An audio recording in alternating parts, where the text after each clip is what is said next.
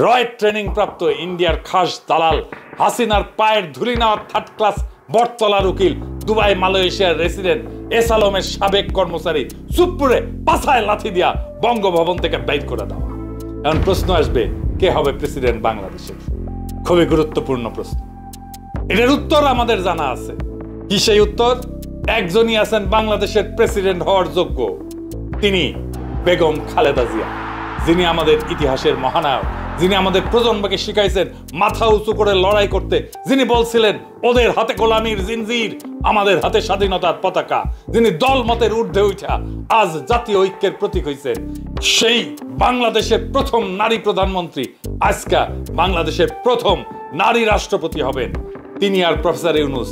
এই দুই মুরব্বী মিলা আমাদের নতুন বাংলাদেশের সূচনায় পৌঁছে দেবেন।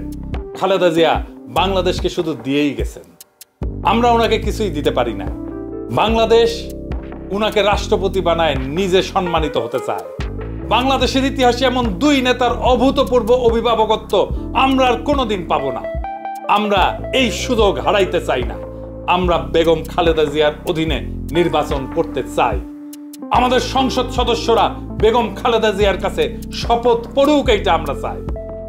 আমরা সেটা দেখতে চাই। ওই শপথের মূল্য অনেক। ওনারা অভিভাবকত্বে থাকলে নির্বাচন এর চাইতে ভালো আর কখনো হবে না। কোনো পুলিশ মিলিটারি লাগবে না, এমনি এমনি শান্তিপূর্ণ এবং উৎসব মুখর নির্বাচন হবে। লিখে রাখতে পারেন।